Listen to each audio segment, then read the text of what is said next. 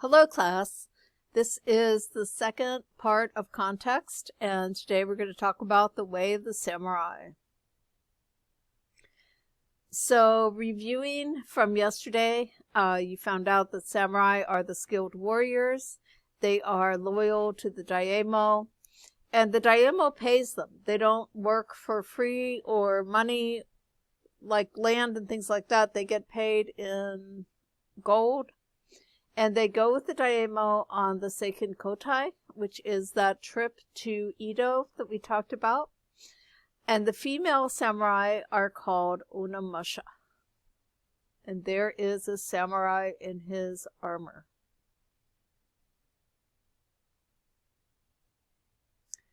So samurai follow Bushido, which is the way of the warrior. And it is the code of ethics followed by the samurai and enforced by the shogun. So while it was an accepted way to act and behaved, if you didn't follow it, you also got punished by the shogun, and you could be stripped of your rank and weapons as a samurai. You could be stripped of any wealth that you had, any of those things. So they took this very seriously. And Bushido, the code, is still followed today, even though there are not any modern day samurai. But it is taken on by Japanese culture as a whole, but especially when you're dealing with Japanese businessmen or in the government realms, people are expected to follow the code. So what the samurai's code was, it included not only the arts of war, but also personal conduct, education, and the arts. And this is called Buinban. So that was creating that balance between the destruction that a warrior can cause and the growth and things that education and art and personal conduct could have. So these were the things that samurais were expected to know and do when they were tested by their daimyos and eventually the shogun. And over here we have a wood block print of a samurai, and in his hand he is holding the head of an enemy. And if you look down by his right foot, there is a piece of origami that is looking a little paper airplane-ish, but paper airplanes were not quite invented yet. So the art of war is something that samurais are supposed to know. And that includes how to fight, martial arts. So you would follow a martial art of some sort, and that is combat that is hand-to-hand, as well as military arts, how to use weapons both on ground and on horseback. So not only would you be fighting with your sword and your bow and arrow, etc. on the ground, but you also had to be able to ride well and shoot an arrow off the back of a horse and use your swords on the horse without hurting the horse and those things. You had to have leadership skills. You had to know how to plan for a battle. And a huge part of that was knowing when to fight. If you kind of snoop around the internet, there's a lot of people who discuss about who would win in a battle, knights or samurai or Vikings and samurai or what have you. The thing about the samurai that was different is where knights and Vikings both attack. They go forward just full force. Samurais were strategic, and they thought more about when it was okay to battle and when you know that you're not going to win, so let's not do this right now. And strategy, how to fight, how to use, if they had warriors with them, how to use the warriors, what weapons to use, what approach to use to battle. The whole art of bringing it all together, which is why they are so successful and so fierce.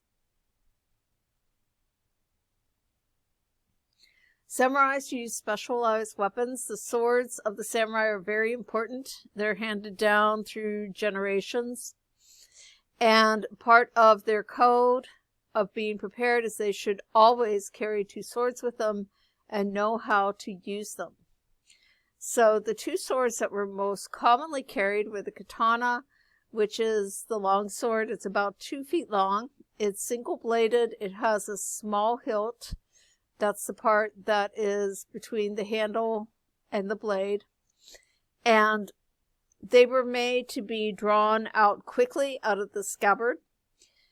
And they were very sharp. They had a single edge to them, and they were made of tempered steel, which is where it's folded and pounded and folded and pounded. So it's very thin, but it's very, very strong. And it was decorated with the samurai's personal crest. And then it could have other decorations both on the scabbard that the sword goes into, and then also on the blade itself. And then the wakizashi is the shorter version of the katana, and that is above. And again, disclaimer about pronunciation. And here we have a heaping bunch of samurais, and you can see that they don't have armor on, but they do still have their swords. Samurais were totally expected to be educated, and they had a high level of education that included a very serious study of history and battles. That was part of their learning how to strategize and know how to use their forces and when to fight and when not to fight. They also had to know how to read and speak different types of Japanese. Japanese, you would have your regional language that was spoken, and then you had divisions of language, one, that was spoken among commoners, one that was spoken with the slightly upper class, and then one that was spoken when you went to see the shogun. Plus, there's a lot of other regional and social differences in language. The samurais had to at least know their local language, the common language, their level language, so speak among nobility, and then they also had to be able to speak to the shogun correctly. They had to know how to write, and that included writing poetry. They had to know how to use a map for navigation, as well as navigating by the natural elements like stars. And they had to know math. The mathematics was important because they used that a lot when they were figuring out the battle strategies and the advantages, and even things like the angle to get to fire your arrows. What elevation. Remember, Japan is very mountainous, so what elevation do you need to get to in order to get the right angle when you're shooting at somebody, and etc.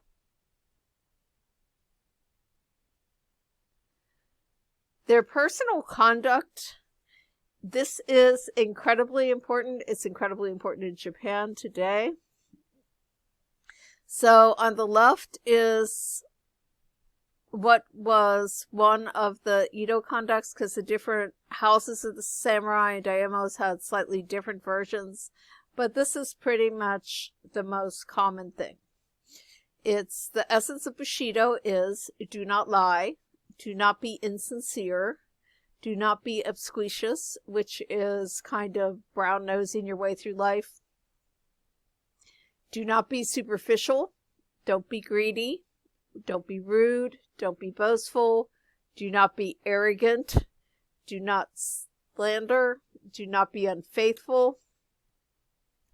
Be on good terms with your comrades, do not be overly concerned with events, show concern for one another, be compassionate with a strong sense of duty. Being a good samurai takes more than just merely a willingness to lay down one's life. So it was much more than just being willing to fight and die. So basically what it's saying, and you have kind of the modern version on the right here, is be truthful, And watch what you say. Don't give somebody praise if they don't deserve it, but don't be mean. Be responsible for yourself. Don't expect other people to take care of your stuff. Be frugal. Don't be greedy.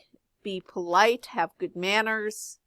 Don't boast about yourself. Don't think you know everything. Be absolutely loyal to what you should be loyal to. Stay on good terms with the people that you have to work with. Don't let things freak you out. That's tranquility. Just kind of step back, look at it, and see, do I need to do something about this or do I not? And then be compassionate. Take care of each other and look for things that need your help.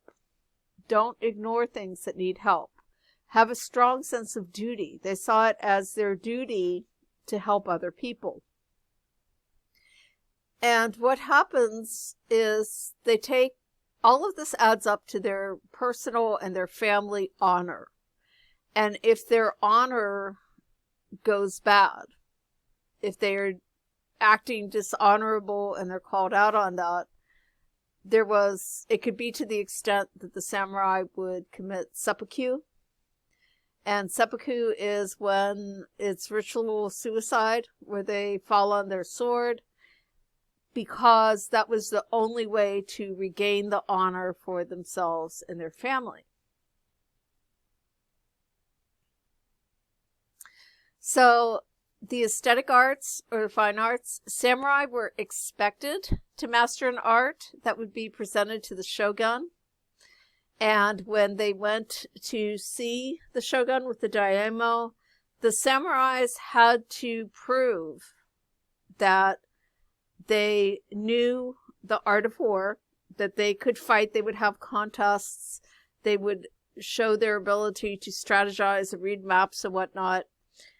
They had to prove that they were educated and could read and write and discuss things. They had to live their code of honor. And they also had to perform or present an art to the shogun. And the arts of the samurai included no theater, bonsai, poetry, origami, calligraphy, and the tea ceremony. And there are a few others, but these are kind of the main things. And on the right, you see a picture that you probably recognize. It's a great wave. It's a woodblock print. There's a whole series of these. Mount Fuji is in the background. It's this volcano. And this is probably the most recognized piece of art from this time period in Japan. So no theater is classical Japanese theater. And they are dramas. They retell heroic stories. Traditionally, there were no females allowed to act and know everything. All the roles were played by men. And the performances were reserved for the upper levels of society. So only the nobility, the samurai, the daimyo, the shogun, that level of people could attend this type of theater. The samurais themselves did not usually perform no, though some of them did. But they were expected to know the stories and to be able to discuss the stories in detail. So it's kind of like you're expected to have watched all of this series of shows and be able to totally know everything about it. Or kind of like in school when you have to learn about Shakespeare and you have to know what the plays are about and what things in the plays mean.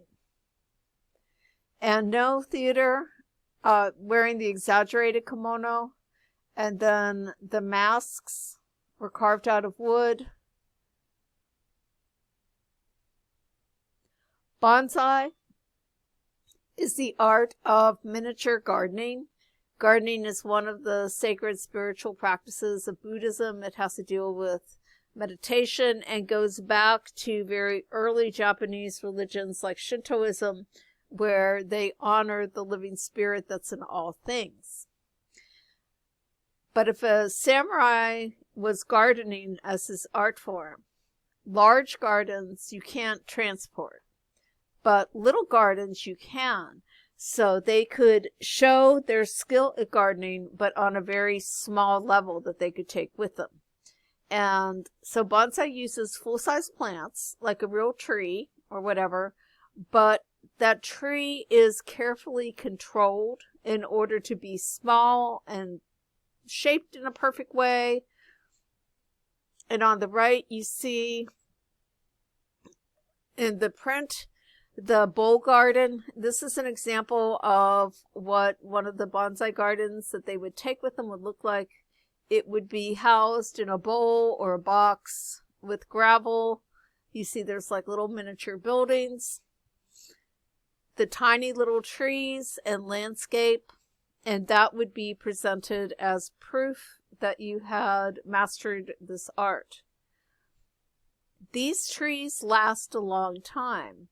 There are 3 bonsai trees in the world that are over 1,000 years old. This one is over 800 years old. They're worth millions of dollars and they're guarded. They're national treasures of Japan. So this tree existed before Edo, before samurai. And the trees that are like that are passed down generation to generation. And it's part of the family practice to take care of them and keep them okay. Sorry, my voice kind of is cutting out. All right, poetry was also incredibly important to the samurai. And most samurai wrote poetry, whether it was good enough to be their presented art or not, but it was what samurai did. And some of the common forms of poetry that they wrote were the waka and the haiku. Both of these are based on syllable counts. So the waka is 57577 and haiku is 575. You have probably heard haiku mentioned somewhere along the line in English class or maybe one of your other classes. It's the best known type of Japanese poetry. And the absolute greatest honor for a samurai was to compose one final poem as they were dying. If you were dying on the battlefield, bonus. But remember, these were the years of peace. So not many of them died on a battlefield. But when they were on their way out, they would write their last poem, and that would be their last words and their gift to the world. I have a whole book of these, and they are not what you expect. Some of them, of course, are very dramatic. Some are very sad, but some of them are quite funny. Over on the right in the pictures, the picture with the kind of the gold background here, that is a poem written out in calligraphy. And then below is an Edo area print of a samurai sitting in his quarters, working away, writing a poem. Yes, and he's thinking about it. He's got his poem there. He's got one of his swords with him. Calligraphy is beautiful writing. And Japanese calligraphy is done with a brush and ink. Each character, which is their letter or word, is painted with precision.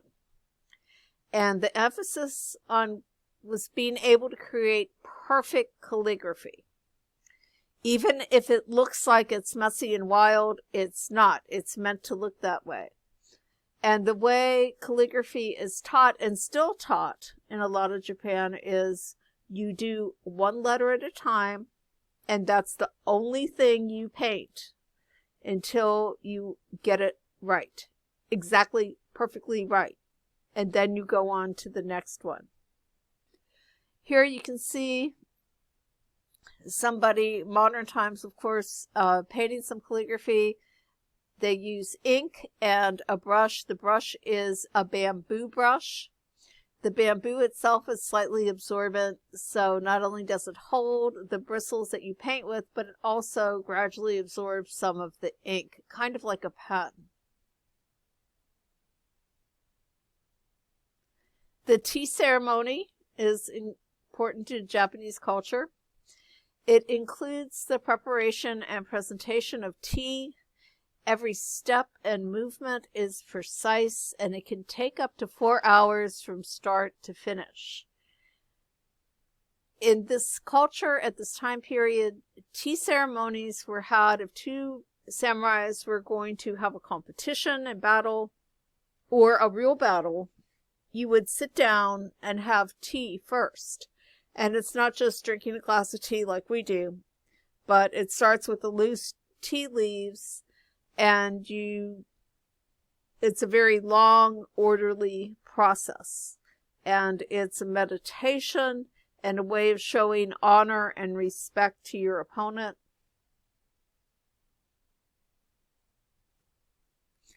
And then the origami. Origami was invented during this time in Japan. It was a favored art because it's easy to transport. You have the papers, you can take it with you, you can practice over and over again until you make the perfect thing. Both the complexity, how hard the form was, and how well you did it, the precision was considered. And the samurai folded the formal type of origami for the shogun. So they would be much more complex things than what we fold in here.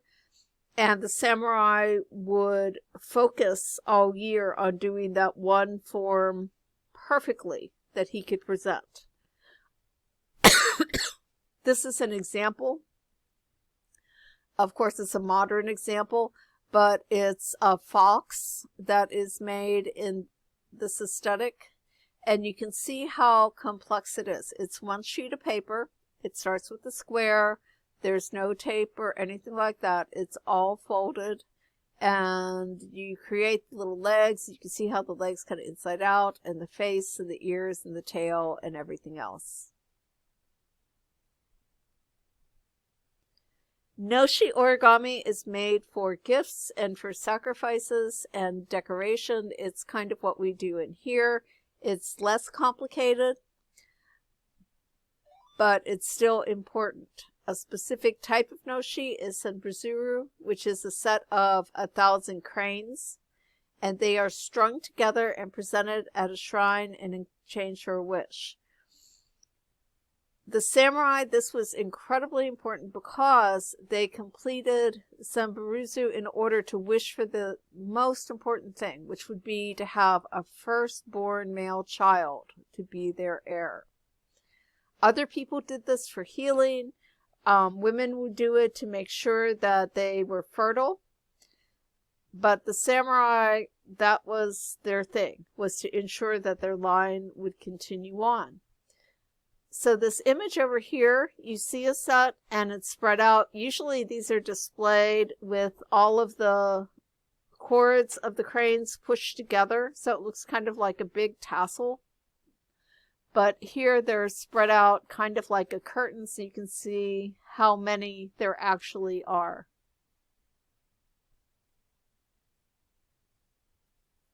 So for your assignment, you need to have your Chromebook, and then the rest of it is your choice. You have 3 choices. So depending upon which choice you choose and what materials you might have around, that's what you will need. So everybody needs a Chromebook. You might need paper.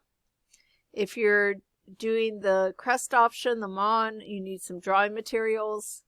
So it's just a black and white drawing. So pencil works, pen works, marker.